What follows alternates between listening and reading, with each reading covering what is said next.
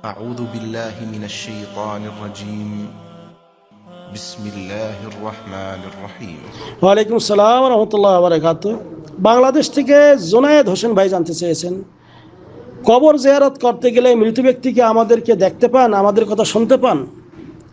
আলহামদুলিল্লাহ ওয়াসসালাতু ওয়াসসালামু আলা রাসূলিল্লাহ। জি সম্মানিত ভাই, কবর জিয়ারত করতে গেলে মৃত ব্যক্তি আমাদেরকে দেখতে পারেন না এবং আমাদের কথা শুনতেও পারেন না, কারণ তারা মারা গেছেন। এ সম্পর্কে স্পষ্ট দলিল যেটা, সেটা হলো আল্লাহ রাব্বুল আলামিন সূরা নামল ৮০ নম্বর আয়াতে বলছেন, ইন্নাকা লা তুসমিউল মাউতা, নিশ্চয় আপনি মৃত ব্যক্তিকে শোনাতে পারবেন না। এটা স্পষ্ট কথা যে আপনি মৃত ব্যক্তিকে শোনাতে পারবেন না। এবং অনুরূপভাবে সূরা ফাতিহার ২২ নম্বর আয়াতে আল্লাহ বলছেন, ওয়ামা আনতা বিমুসমিইন মান ফিল কুবুর। এখানে আরও স্পষ্ট করে বলা হলো যে যারা কবরে রয়েছে তাদেরকে আপনি শোনাতে পারবেন না।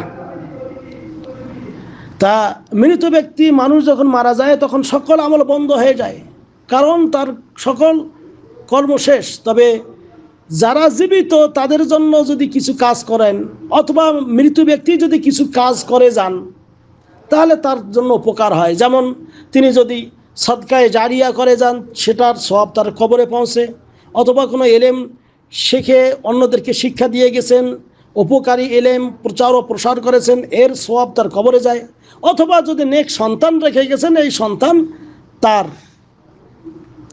কি জন্য দোয়া করলে এই দোয়া তার কাছে পৌঁছে। তবে হ্যাঁ, যেই বিষয়টাকে আল্লাহ নবী সাল্লাল্লাহু আলাইহি ওয়াসাল্লাম খাস করেছেন সেটা এভাবেই মেনে নিতে হবে। যেমন আল্লাহ নবী সাল্লাল্লাহু আলাইহি ওয়াসাল্লাম এক হাদিসে বলেছেন, যখন মানুষ মাইয়িতকে দাফন করার পর সেখান থেকে সরতে থাকে, ইন্নাহু লা ইয়াসমাউ কুরআন আলিহিম, তিনি মানুষের ফেরে যাওয়ার, চলার, পায়ের জুতার যে শব্দ হয় এই শব্দটা শুনতে পান। এটা খাস আল্লাহ রাব্বুল আলামিন এই নাস দিয়ে যেটা খাস করেছেন, সেই মুহূর্তে এটা তাকে শুনিয়ে দেন।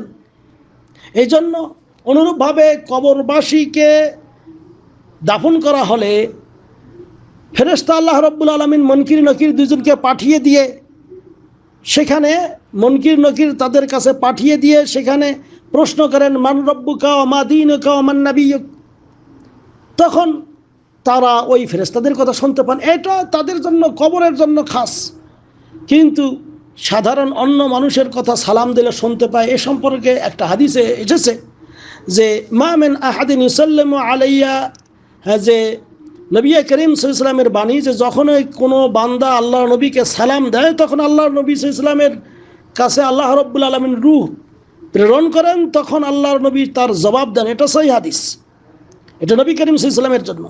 কিন্তু অন্য মানুষরা এটা শুনতে পায় কি না, অন্য কবরবাসীরা শুনতে পান কি না, এ সংক্রান্ত একটা হাদিস রয়েছে। এটাও সিলসিলাতুজ জঈফের মধ্যে, হ্যাঁ, শেখ আলবানী বলেছেন এই হাদিসটি জঈফ, যে যখন কোনো মানুষ কবরবাসীকে সালাম দেন, তাকে দুনিয়াতে চিনতেন, তিনি তার সালামের জবাব দেন, আল্লাহ তার রূহ ফিরিয়ে দেন। এই হাদিসটি জঈফ, এটার ওপর এমন করে বিশ্বাস করা যাবে না। আমাদের স্পষ্ট দলিল যেটা, সেটা হলো ওয়ামা আনতা বিমুসমিইন মান ফিল কুবুর, যে কবরে আছে তাকে আপনি শোনাতে পারবেন না। কাজেই এই কবরবাসীকে আপনি, আমার উচিত হলো তাদের জন্য দোয়া করা, তাদেরকে সালাম দেয়া। তাহলে এই সালাম দিলে কবরবাসীর জন্য উপকার হবে। আর সালাম দেওয়ার নিয়মটা কি? আসসালামু আলাইকুম ইয়া আহলাল কুবুর আমরা বলি, এটাও জায়েজ আছে। তবে এর চেয়ে আরও উত্তম হলো আসসালামু আলাইকুম আহলাদ দিয়ারে মিনাল মুমিনিনা ওয়াল মুসলিমিন ওয়া ইন্না ইনশাআল্লাহ বিকুম লাহিকুন নাসআলুল্লাহ লানা ওয়া লাকুমুল আফিয়া, অথবা আল্লাহুম্মা আগফির লানা ওয়া লাকুম।